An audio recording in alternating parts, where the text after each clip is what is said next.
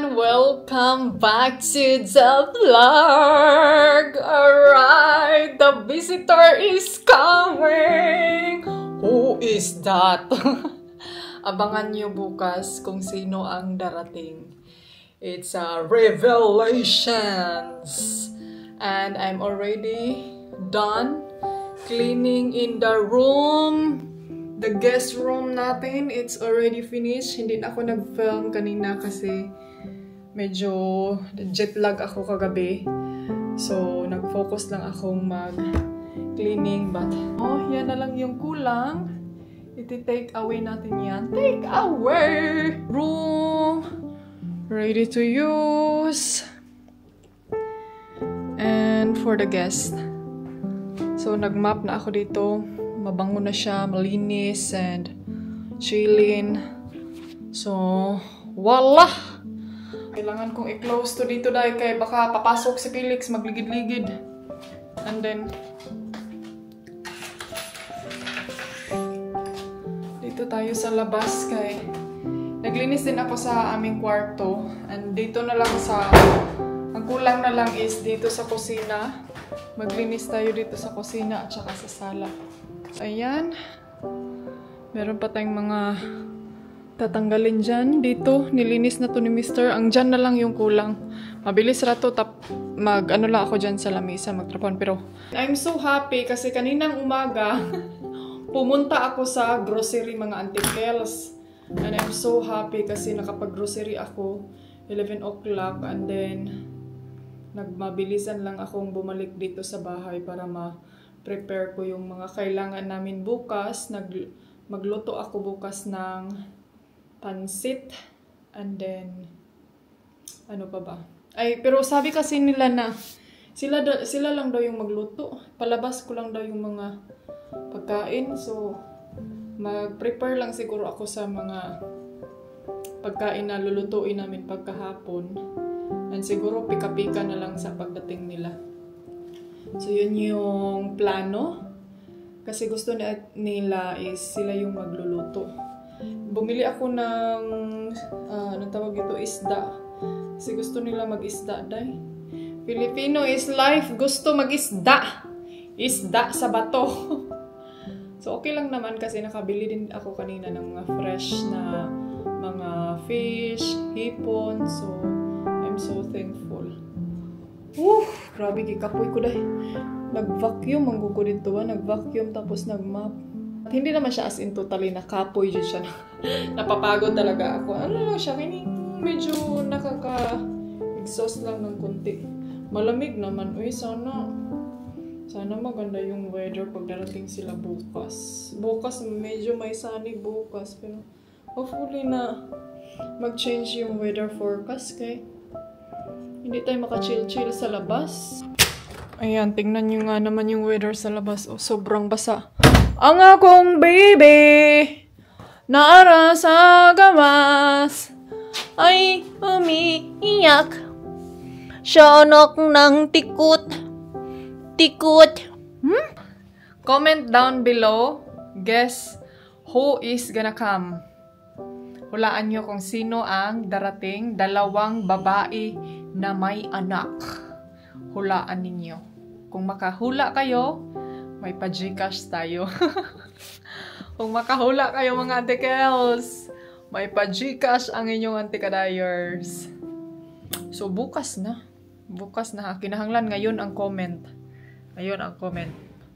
Kailangan paunahan ang comment section. Ni Mr. Day, nagkuan sila. Super wet. Tikalo niya day, basa. Pero at least yung swimming pool sobrang puno ng tubig.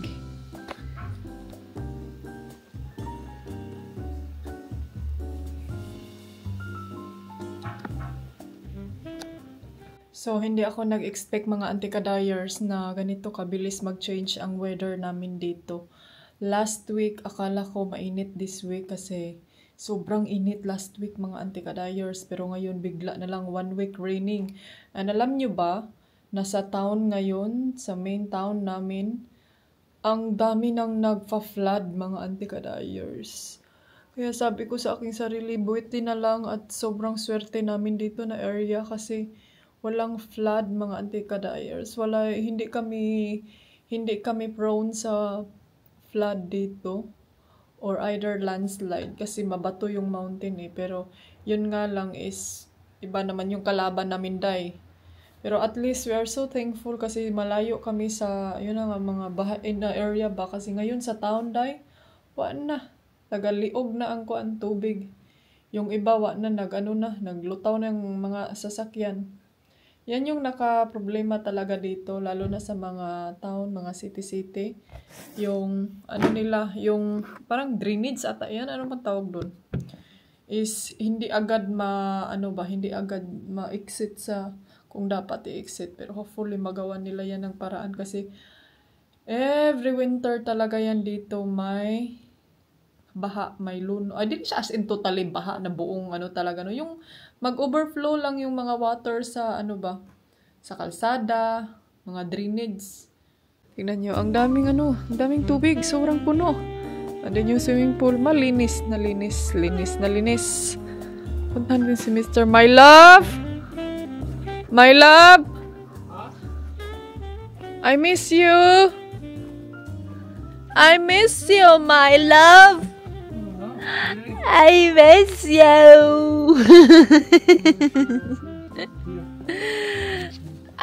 You miss me because you want me to help you. Ang lalim na ang lalim ng swimming pool. Naglinis siya. Day, linis siya. Abdik, nakalinis si Mr. Ay. Ang bilis niyang nakalinis, day. Pag may bisita, abdik, na siya, ay. Sayang nga lang. Sayang kasi yung car natin is hindi pa siya hindi tayo makatortor. Pero yung bisita namin, sabi nila is gusto lang daw nilang mag-relax dito sa Villa ni Anis Kayo. Welcome to the Villa of Annie. Gusto lang daw nila mag-relax. O sige, mag-relax na mga untag bulad. Mga umig bulad, mga umig noodles.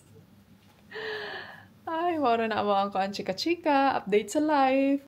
It's been a while kasi na hindi talaga kami nagkikita. Last time, plano namin magkita. Kaso lang, hindi nangyayari. So, ngayon, sila na talaga ang pumunta dito sa amin. So, abangan nyo kung sino. Comment down below. Don't forget.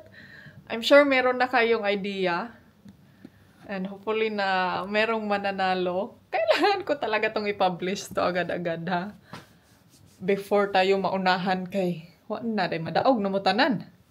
Kuan siya nag-blooming, nilagyan ni Mr. ng kining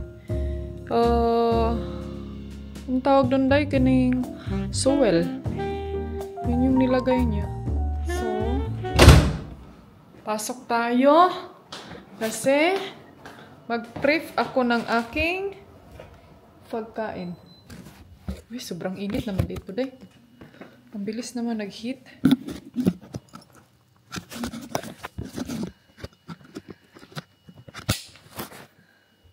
So, mag-prepare ako ng aking dinner. I'm not sure kung si Mr. kakain ba siya. Kasi yung gums niya medyo medyo masakit pa. So, update ko kayo next time na siguro pagdating nila. Kasi medyo hindi ko na kayo na-update kung ano nang nangyayari sa ngipin ng aking asawa.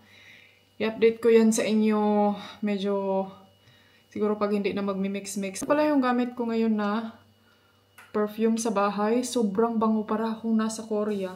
What do you think? Anong masarap kainin? Kainin natin ito.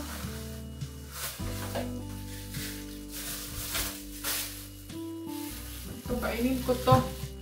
Leftover kahapon, french fries at saka yung niloto namin kina Ate Juboy. So.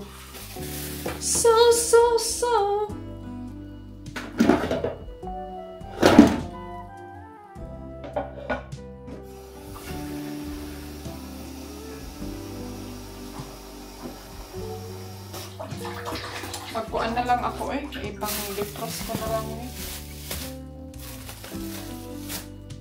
So, nilagay ko lang siya sa air fryer tapos ito Tapos yan, i-reheat ko lang yan. Tapusin ko muna to before ko ito ilagay dyan kay para maisara. May isang bata, oh. May isang bata. Grabe ka, ulan sa gawas lang. Ito luto na yung french fries. Ininit ko lang yung isa. Grabe ang ulan.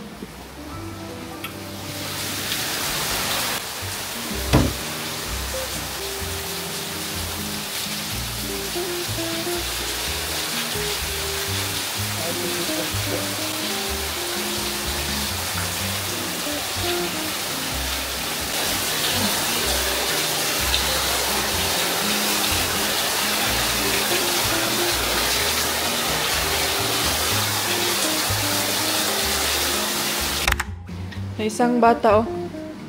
May isang bata. Grabe ka, ulan sa gawas lang. Ito luto na yung french fries. Ininit ko lang yung isa. Grabe ang ulan.